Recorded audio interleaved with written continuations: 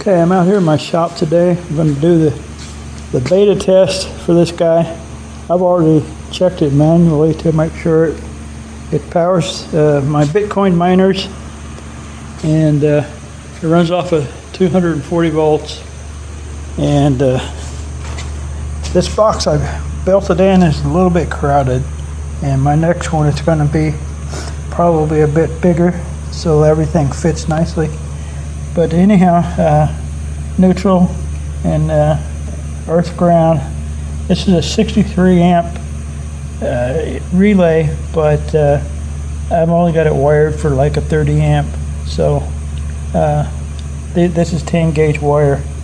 So this is a small DC controlled relay that actually drives this relay, and then this is my ESP processor where all the software runs, and this runs off of Wi-Fi and talks directly to the inverters, so it doesn't use any long distance server or anything. It talks directly to the inverter. And what I'm going to try to do today is actually set up some thresholds for solar and battery state of charge, and when it reaches those thresholds, it will turn these two Bitcoin miners on and then let them run until either the solar goes away or the battery drops below a certain state of charge. Okay, it's 9:30 and I'm putting 11, almost 12 kilowatts into the battery, and it is now up to 31%, so it's gained 20% since this morning. Total PV is 13.6 kilowatts, and I think it'll be another hour before this reaches the 50 that I need in order to turn on this load here. So let me go back to the administration page. So yeah, we're well above 7,000 watts, and we're waiting for 50% state of charge in order to turn this load on. So we'll just pause for a while. Hopefully I'm in and out of this room, but I'm monitoring it, so hopefully I get here and enable the video before it actually switches the load on. So okay, we are at 38%, and we will soon be at 39%, which is what I've got this threshold set at. So when the battery reaches 39% state of charge, it should turn on this load, and that'll be the first part of this demonstration. And then the second part would be later on today, as the batteries get full, the inverter should start throttling down the solar input. This number here will drop below this number, and then normally that would trigger the load to go off, but I've got this. It says the battery's full, so don't turn it off. Ignore this until the battery gets below this value here, and I'm going to change these values too later on today. So that's what we're waiting on. We're waiting on 39%. Yeah, make sure I said, yeah, okay. All right, let's just sit and wait. Just breaking the clouds right now. We're at 19 kilowatts.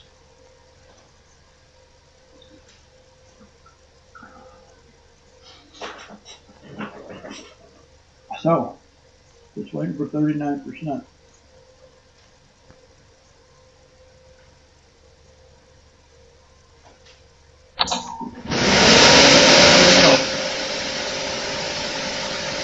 So, yeah, I've been having microphone problems, but I had to turn the sound down on this camera that's out in the shed because the Bitcoin miners are very, very loud and you couldn't hear me talk. So anyhow, we're waiting till the end of the day. So when uh, when the solar starts to get tapered off, the load will switch off. And while I was messing around, the load did go off. That's because a cloud went over, and it stayed over for more than 2 minutes. So what this does is, if the solar goes below this 4,000 watt threshold for more than 2 minutes, it will turn the load back off. And I'm going to increase that because we've got some really big clouds. So I'm going to change that to 5 minutes.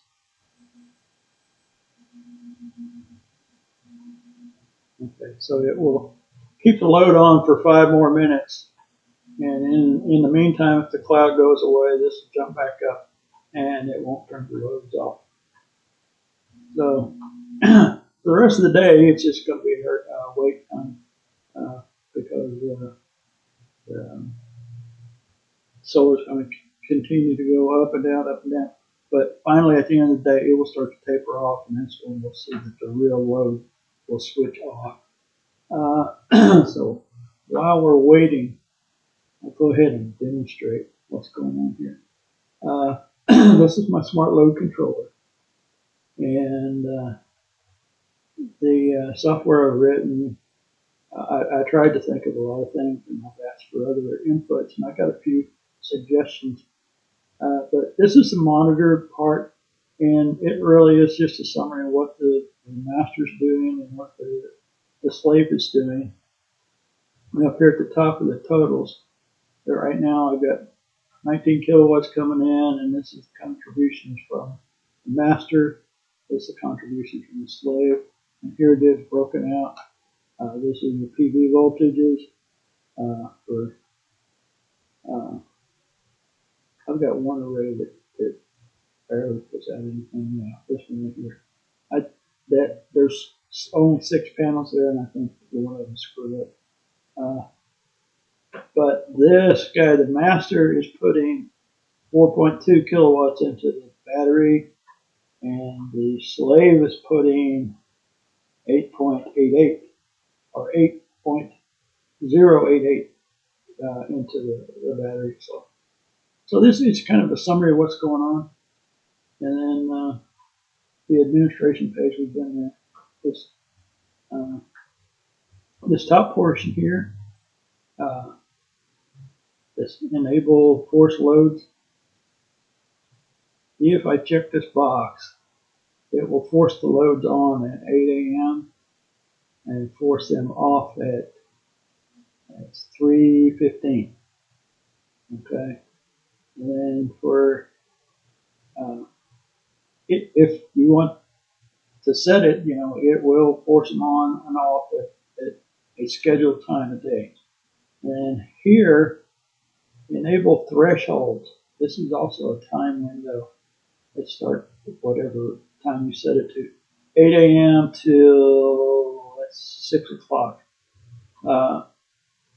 And when this is enabled, it will use these thresholds to switch the load on and off. If this is, and only during this window. So if this is on, it's this window. If it's off, it's 24/7. And I think I just explained what this does. If a cloud goes over and your solar drops below what you've got set right here, it will delay 5 minutes before it turns the load off. That gives a chance for the cloud to move out of the way. And then at the end of the day, when solar begins to taper off, not because there's not plenty of solar, but because the batteries are getting full and the inverter is starting to taper things off, this will drop below your threshold. So what I've put here is if we declare 95% full as full, and so if the battery is at 95%, ignore this lower threshold. and it will use this lower threshold of the battery in order to switch the load off. Let's see what else.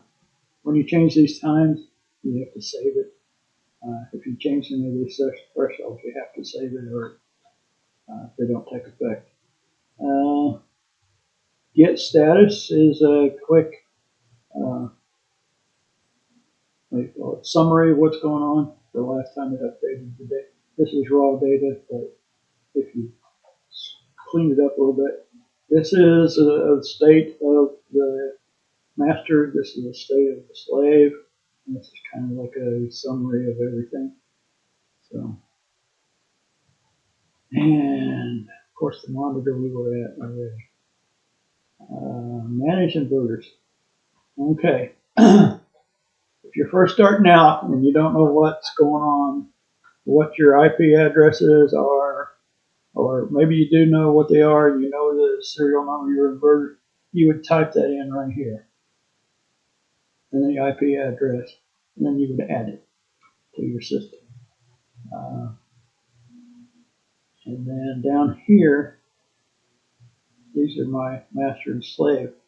If I want to delete the slave and only look at the master, then I'll just delete it. I had the grid boss in here, and I've already deleted him because it doesn't contribute much towards solar power. And then if you're totally ignorant of what's going on with your serial numbers and your IP address, and you just installed your system, you do a scan subnet. And what this will do is go out on your Wi-Fi network and interrogate every device it finds to see if it's an inverter or not. And if it is an inverter, it will list it right here in this window right here. And it'll tell you if it's a master or a slave or a grid boss. And then you choose to add them or not to your system. That way, if you really don't add it, it's best to know the IP address and the serial number, because this takes about 20 minutes to interrogate every device on your Wi-Fi. It depends on your Wi-Fi, but my Wi-Fi, I've got dozens and dozens of devices, so it has to interrogate every one to see if it's an inverter. So that's that. Okay, reset Wi-Fi config. This is dangerous, so don't click that unless you really need to. I put this in there in case you change your router or somebody's cracked your password and you want to change the password to your router. So you just reconfigure your Wi-Fi. And then here, if there's a firmware update for this machine right here, I'm saying program firmware, and it will give me this to flash it. But before I do that, you first need to upload the firmware. And so if I do choose a file, it should pull up my firmware.bin. This is pre-compiled firmware, and I just now it's got that, and I upload it. I don't need to do that because it's already out there. But then once it's uploaded, you just have program flash, and it will burn that new firmware into the processor out here. And what else can I say about this thing? Set time manually, I think I already covered that. This runs off of internet time, but if for some reason you don't have an internet connection, you can manually set the time. But I think that's it until this afternoon, when we want to watch the loads get turned off. Okay.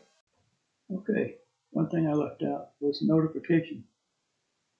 Somebody requested it. I didn't know what they wanted, but they said I'd like to see notifications. So I put that in. And what you do is you enter your email address right here. And then When you get it right, you send a test notification to make sure your email is, can be reached from my device here. And then once that's done, then you can, the emails you'll get is a load state change, battery low, battery full, and grid state change. So if the grid goes away, you click this button and you save the settings, you'll get an email if the grid goes away. And you also get an email when the grid comes back. But that's what this is all about. Somebody on Facebook requested notifications, but they didn't specify what kind of notifications they wanted. So I just kind of did what I thought was right. And this is the type of notification you will get. One second. All right. It'll send you an email. You open your email and it'll say load 1 turned on. And there's a subject, and then load 1 turned on at this time. This is the number of milliseconds since you powered the device on. I'm going to change that to a real time stamp. This was the PV at the time, and this was the state of charge at the time. And a little summary of what else is going on. Here's the second one. I turned it off on my machine because I was getting way too many emails. So, but that's what it's all about. And so that's that. I just wanted to make sure I mentioned that. Well, I was just out in the yard, did some yard work, and the load turned off. So I came in here to see what. The battery's only at 85%. So this doesn't matter. And the clouds took away my solar. It's down to 3.8 kilowatts, which is below this threshold. So this thing is working the way it's supposed to work. And I want to mention that if you run this up past 100%, this will always turn off whenever the solar goes away, regardless of what the state of charge is. And if you run it down real low, just the opposite will happen. So that's one way to prioritize battery over solar or solar over battery, just by setting this very high or very low. But anyhow, I think that's the end of the experiment for today. It's doing what it's supposed to do, but it's shut off maybe 5 minutes ago while I was outside. The demonstration's over. I want to wrap this project up and see if I can entice a couple of people to do some beta testing for me. I'm going to build 2 more of these units, and please contact me on Facebook if you are willing to integrate this into whatever load that you're trying to control, be it a water heater or a hot tub or a pool pump, whatever it is that you think that you need to shed load whenever there's not enough solar to support it.